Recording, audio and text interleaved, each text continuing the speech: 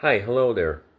This is Blu-ray Cinema, talking to you another video of movies of the past, of the future, of today, tomorrow, and beyond. So I was going to do ranking the Nightmare on Elm Street films, but I don't have any notes.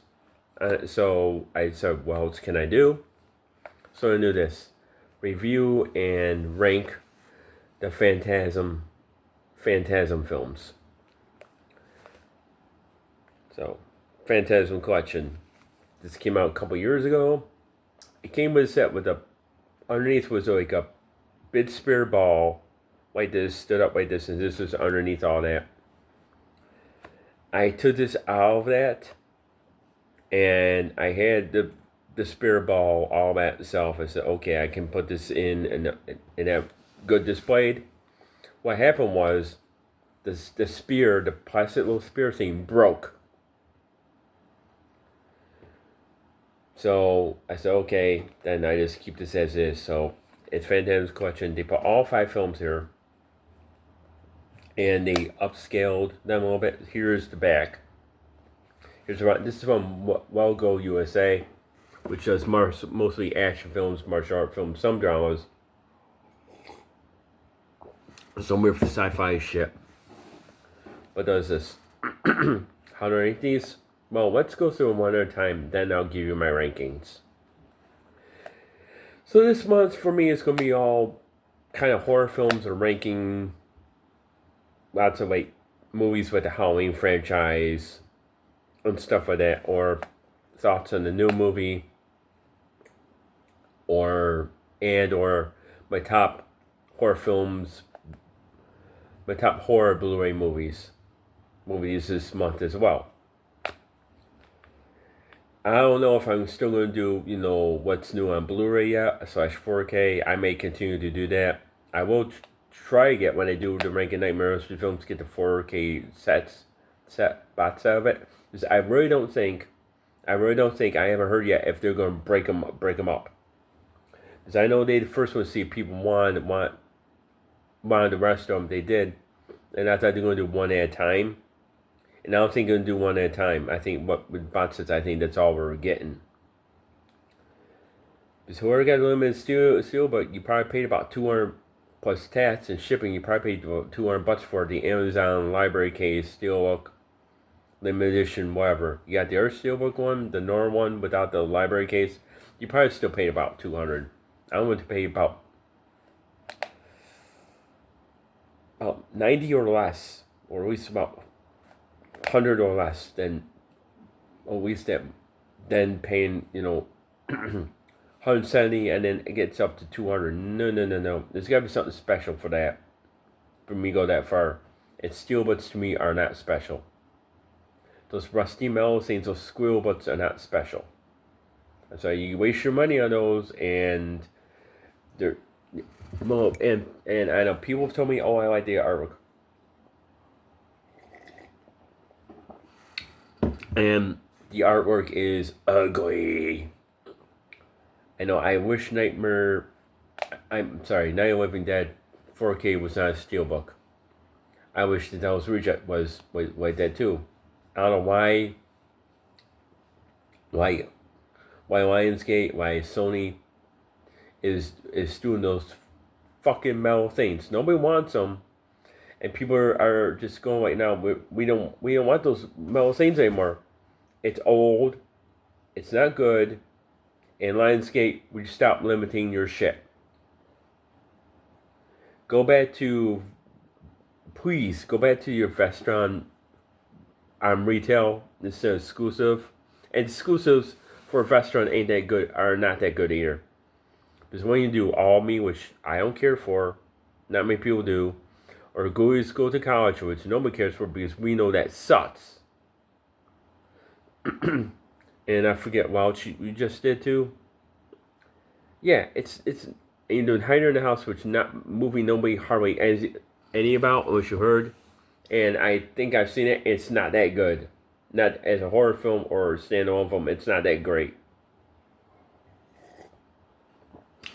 I don't care if exclusive you do, but stuff like Frailty, and the restaurant line should have been accessible to everyone, not limited. And about a year from now, you're going, you. I'm sorry, but that limited shit is good. Lines get limited is not going to be much.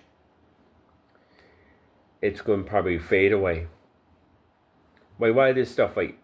I'll talk about that in our video. Why these places are doing exclusive, limited stuff when it's either stuff people don't want, or people never heard of, or people don't care about.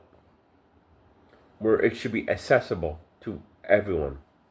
But that's another video, and I'll do that in the future. Right now we're talking about this. So this is 5 movies in one. You get no separate. They try and make these down the line they made these separates in box set, which I did have, and I got rid of the box, and I still got the DVDs, Blu-rays of that, and I might get rid of that because part 2 didn't come with that though. So it was like 1, 3, 4, and 5. Phantasm, the original one. I say. Here's what you get here. Right there, Phantasm. There you go.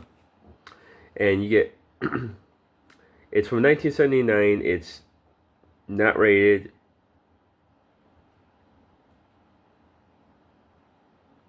Okay, there's something screwed up. 115 minutes. Alright.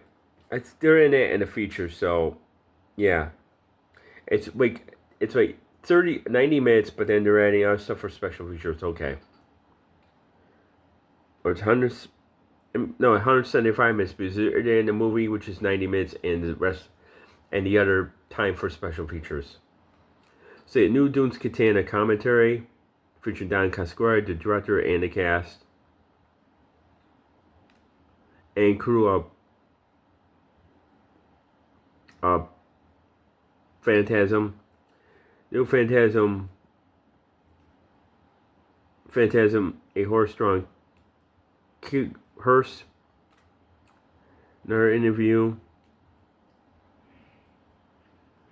Commentary with Don Cascora, stars Michael A. Baldwin, Bill Tilsley, and Ingrid Scrim. Graveyard Cars episode. Behind the scenes, whole movies with commentary, deleted scenes, theatrical trailers, team rare spots, and more. That's good. And and this is in 4K scanned, so it's 4K scanned. Phantasm 2, which is not what I'm gonna say, came from Screen Factory. It's like Universal. Phantasm 2, the ball is back.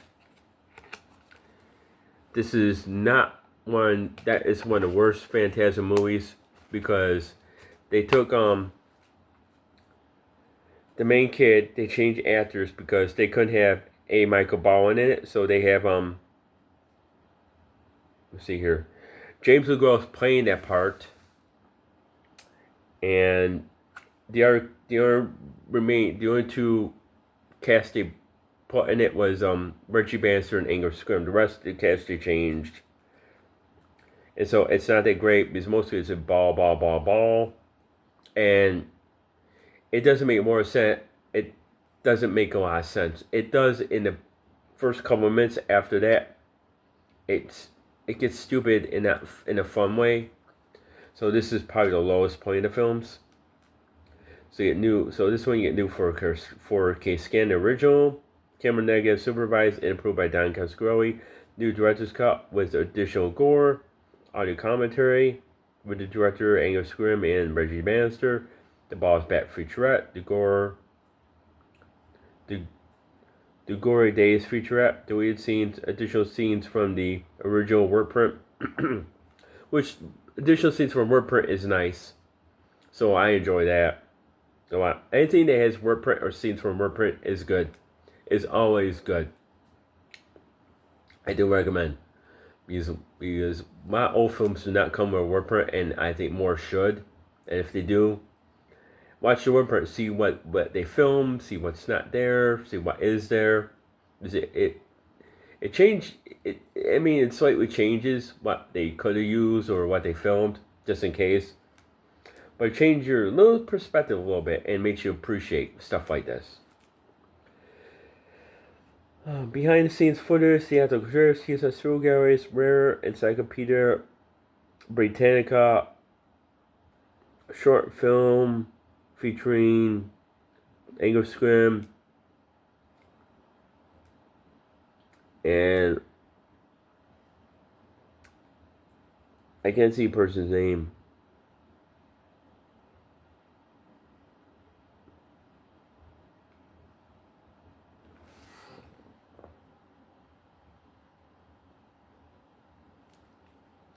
Oh, but English Scrim and Abraham Lincoln. Okay, it's not rated. It's 95 minutes. And then they brought it back, Phantasm 3, Lord of the Dead, and this is where they got all the original cast back. And this came out in 1993. And so yeah, all of this are same, just pure black. I know they remastered like 1 many times, 5 many times. And I think they put 3 and 4 together, or at least 1 and 2 together, so many times.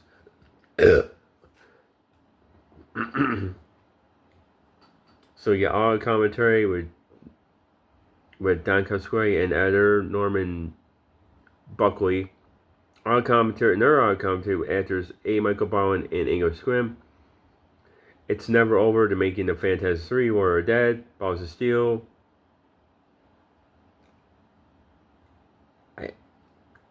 I can't see what it is. Something Stumped for the Ages. Behind the scenes footage we have seen, trailer, and radio spot still gallery.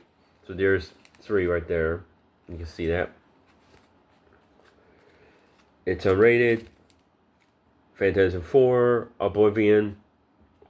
Came in 1998. Radar 98 minutes. Audio commentary with written with and writer director Don Coscarelli, and stars Reggie Manster and English Scrim. That's There's No Escape, the making of Phantasm 4 Oblivion, behind the scenes footage, full promo, and trailer.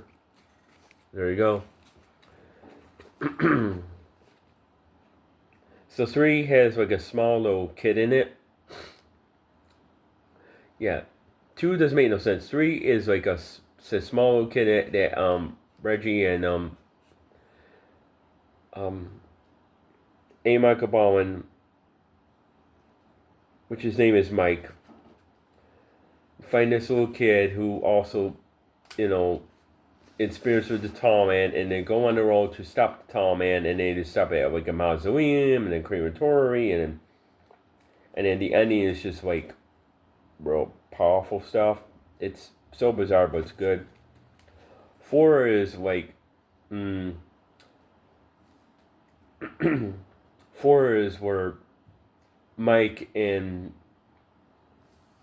Reggie go back to how the tall man started, what made him like he is, and find out his past, and going through all these dimensions and all this other stuff.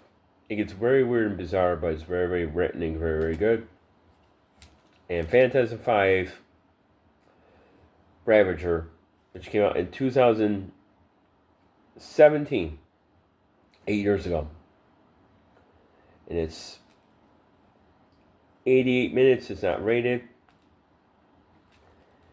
And it is good. And and then you got like Reggie trying to find Mike because what happened in 4, and then it deals with almost like a Nightmare on Elm Street scenario where it's like dreams and reality. Is Reggie dreaming? Is he like in a home? Did he dream all this from the beginning? Did he dream all this stuff and then look like he didn't, and then he's fighting against the real world against the world the tall man made. So yeah, it's 99. It deals with also with mental health issues, which is rare for a Phantasm film, but it does. So at the end, it's all emotional. But you see characters from 3 and from 4 in this movie in number 5, which makes it all like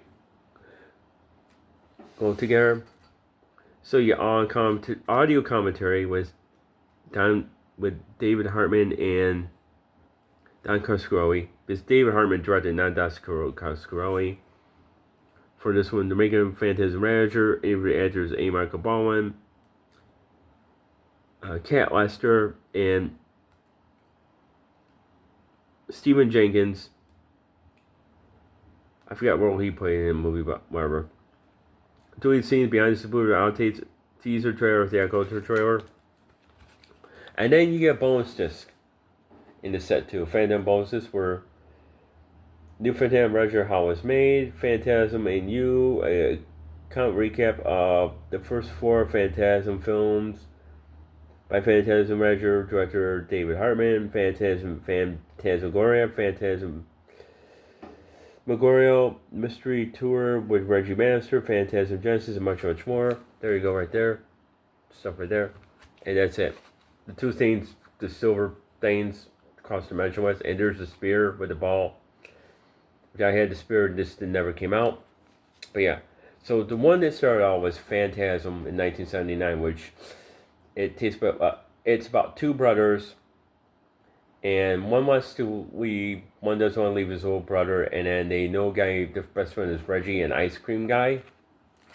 And so the younger brother might see stuff mysterious at a funeral at a cemetery called Morningside Cemetery, and stuff goes on there, weird stuff all the time. And he, with the help of his brother and their best friend, they try to stop the tall man. And it gets into almost like a Nightmare on Elm Street thing too, scenario too, with some of the stuff. It's so great. I mean, there's maybe 1 or 2 little jump scares, but they're well deserved. It gets into like what he does with dead people, like he shrinks them down to like where they're like dwarves. It's really fucked up, but really, really good. So I do recommend 1. I do recommend 5 because they're both bookends. 2 I don't. 3 and 4 are kind of like are interchangeable to me. Well, here's how I rank them from bottom to top. Number 5, Phantasm 2. It's just on the whole all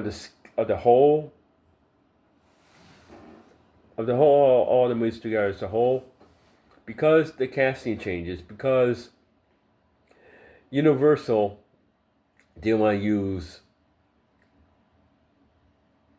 Bill Thornbury or A. Michael Baldwin, because they want to use it because they put the money into it, and Dr. Cusco said, no, I made these independently, I make my own money, I do this stuff the way I want to do it. And Universal said, well, why should do it? But the thing is, you have to do casting changes, and you have to substitute somebody for Mike, because we were choosing this other young actor instead, who to me could not pull off whatsoever. But Don Carlos said, puts foot down, said, Universal was agreed to cap Angus. Reggie, said no to. Don Carlos said, wait a minute, do this, you gotta keep Reggie. And stuff, so. But the reason Don Coscarelli made the Beastmaster and Beastmaster 2, so he had the money to make Phantasm 2. And then my number 4 would be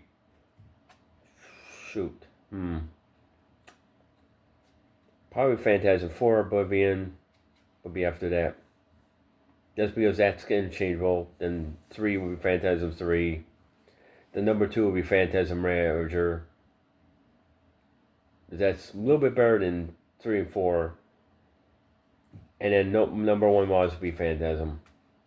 I know some people don't like these, some people do, some people don't understand them.